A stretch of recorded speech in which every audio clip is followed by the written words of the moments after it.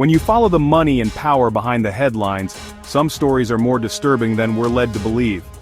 Let's pull back the curtain on lobbying, surveillance, and the secret networks shaping our world, from Miami's back rooms to the heart of Silicon Valley to the occupied streets of Palestine. I want you to imagine this.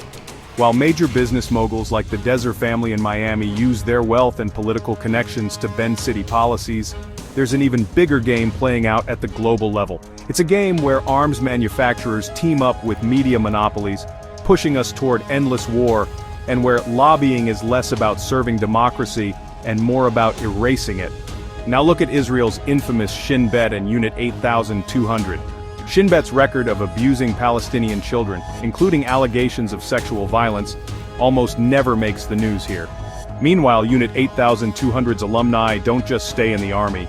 They become some of the most influential players in Silicon Valley, building the tech most of us use every single day.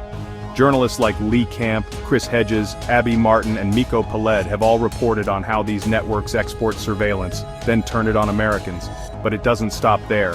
Israeli spies have been caught in the US, and apps like Act.il openly encourage users to monitor, report, and harass American citizens by labeling dissent as anti-Semitism.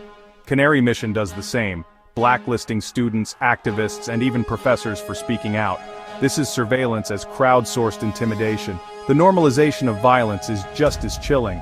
Former IDF soldiers, some now media personalities, try to justify sniper attacks on children, doctors, and journalists in Gaza. They spin these crimes as defense while pushing for policies that keep America locked in a cycle of debt and endless war.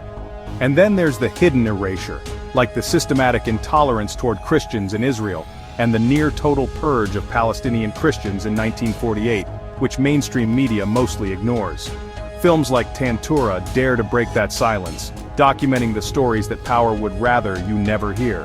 If you want to see just how deep this goes, watch the 4-part censored documentary The Lobby USA. It exposes the lengths Israeli lobbies go to shape American policy, and silence anyone who tries to resist.